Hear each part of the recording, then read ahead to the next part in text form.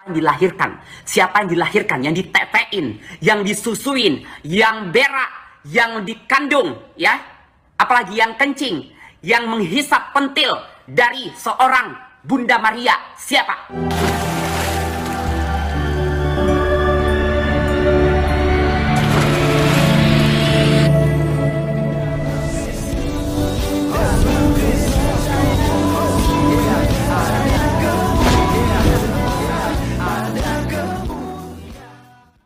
Salam Elechem Bisem Yeshua Hamasiah. Salam damai sejahtera dalam nama Tuhan Yesus Kristus untuk kita semua. Teman-teman sekalian, pada video kali ini kita akan menanggapi seorang Ratu Etop, ya. Ini biasa dipanggil-panggil ratu gitu. Ya, ini saya lihat bahwa narasi yang dibangunnya ini, ya, kalau dikaitkan kepada penistaan agama, maka apa yang dilakukannya ini adalah sebuah penistaan agama. Kedua, juga kita melihat bahwa ini otaknya picik. Ini botol, ya, bodoh dan tolol. Sehingga tidak memahami. Kalau memang bicara tentang toleransi, maka biarkanlah kami terhadap iman kami yang mentuhankan Yesus. Di mana Yesus dilahirkan, ya, bahkan seperti disampaikannya tadi, teman-teman sekalian. Dari sisi kemanusiaan Yesus semuanya dia mengalami.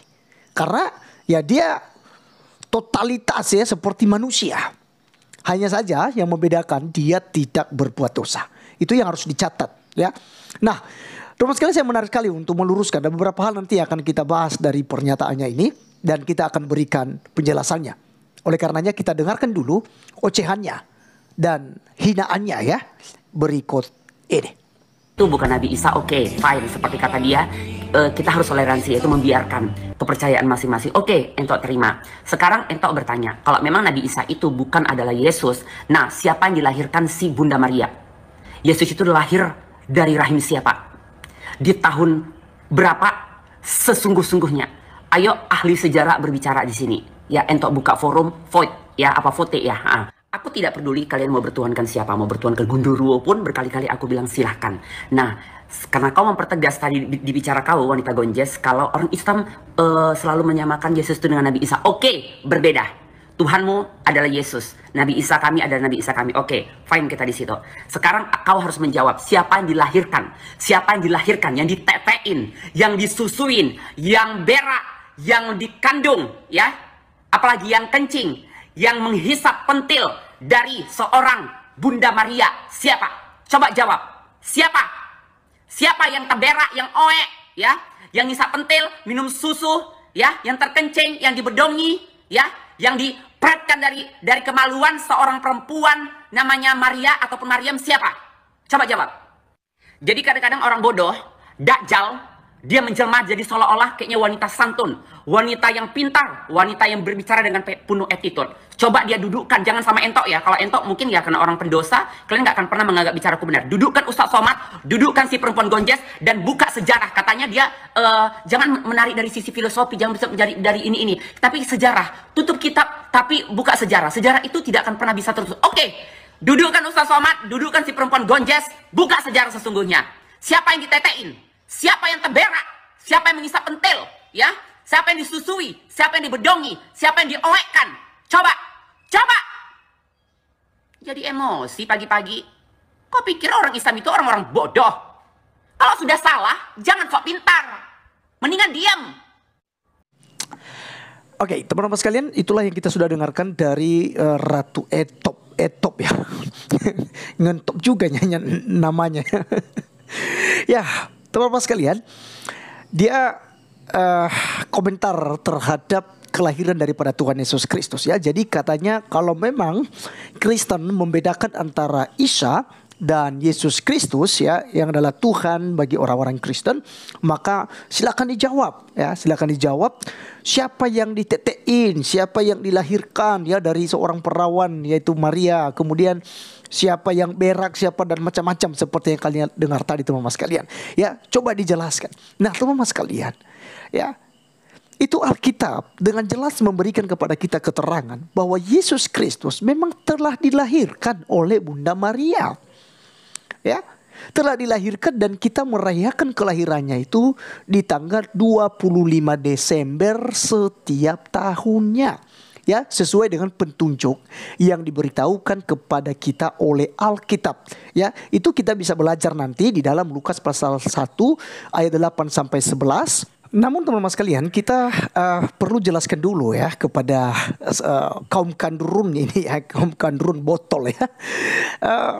Bahwasanya Yesus Kristus ya, Sang Firman itu ya telah menjadi manusia dan itu benar-benar dilahirkan oleh Maria. Dan saya perlu tekankan lagi bahwa bukan Maryam seperti yang diimani oleh saudara-saudari kita Muslim. Ya, kurang lebih seperti Ratu Entop ini. Ya, bukan Maryam, karena kalau dijelaskan Maryam di situ itu ya ada keterangannya bahwa itu adalah saudara Harun dan Musa.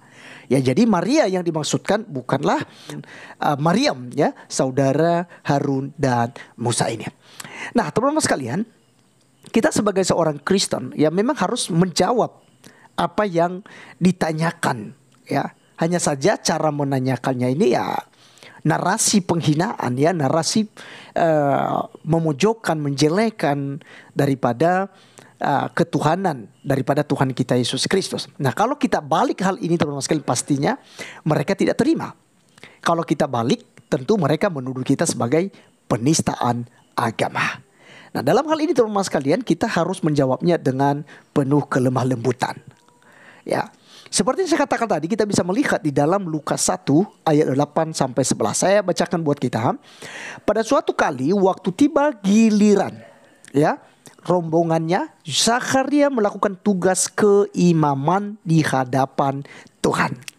Sebab ketika diundi sebagaimana lazimnya untuk menentukan imam yang bertugas, dialah yang ditunjuk untuk masuk ke dalam bait suci dan membakar ukupan di situ. Perhatikan ayat 10. Sementara itu seluruh umat berkumpul di luar dan sembahyang. Waktu itu adalah waktu pembakaran ukupan. Maka tampaklah kepada Zakaria ya seorang malaikat Tuhan berdiri di sebelah kanan mezbah pembakaran ukupan. Ayat 12-nya, melihat hal itu ia terkejut dan menjadi takut, tetapi malaikat itu berkata kepadanya, "Jangan takut, hai Zakaria, sebab doamu telah dikabulkan dan Elisabet istrimu akan melahirkan seorang anak laki-laki bagimu dan haruslah engkau menamai dia Yohanes." Nah, teman-teman sekalian, ini yang perlu kita pelajari terlebih dahulu. Ya, teman-teman, bahwa hal ini dikabarkan bahwa Zakaria itu ya mempersembahkan atau membakar ukupan ya sebagai tugas keimaman itu ya jatuhnya di bulan Tisri. Ya, teman-teman sekalian, ya, di bulan Tisri yang kita kenal ya di kalender Indonesia itu jatuh pada bulan September ya. Dan bahkan secara spesifik ya, ini panjang sekali kalau kita bahas, tapi secara singkat, secara spesifik itu dijelaskan tentang tanggal ya, tanggalnya yaitu tanggal 25 September. Ya, nah kemudian teman-teman sekalian, Alkitab memberikan kepada kita keterangan yang lain, yaitu di dalam Lukas 1 ayat 24 sampai 26. Ya, ingat ya, Zakaria membakar ukupan di bulan September atau bulan Tisri ya, kita kenal sebagai bulan Tisri.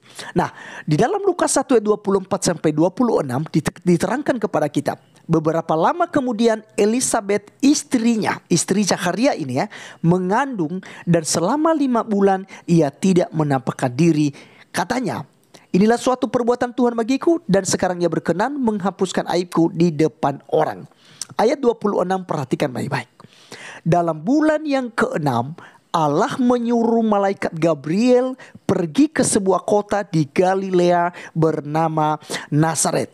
Lalu ayat 27, kepada seorang perawan yang bertunangan dengan seorang bernama Yusuf dari keluarga Daud. Nama perawan itu Maria.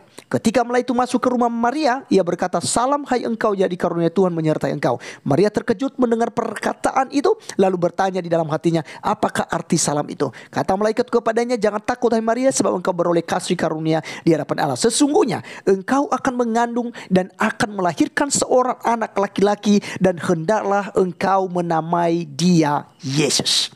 Ya, jelas ya teman-teman sekalian. Nah, jadi di sini Alkitab memberikan kepada kita keterangan untuk kita memprediksi tanggal kelahiran Tuhan Yesus Kristus, dan yang pada akhirnya jatuh di tanggal 25 Desember yang dirayakan oleh orang-orang Kristen ya di seluruh dunia ya, merayakan Natal 25 Desember.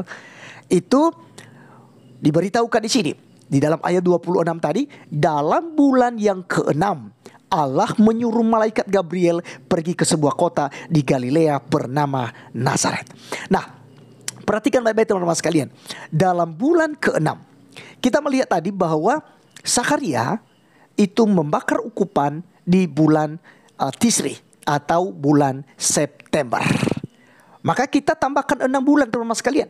Ya, karena setelah itu kan Elizabeth mengandung sudah 6 bulan ya, sesuai kabar yang diberitahukan kepada Maria ya di dalam Lukas 1 ayat 36 ya. Dan sesungguhnya Elizabeth sanakmu itu, ia pun sedang mengandung seorang anak laki-laki pada hari tuanya, dan inilah bulan yang ke-6 bagi dia yang disebut mandul itu. Jadi teman-teman sekalian, Yohanes Pembaptis sudah 6 bulan di perut, barulah Yesus Kristus ya dikandung oleh Maria. Jadi jaraknya ada 6 bulan.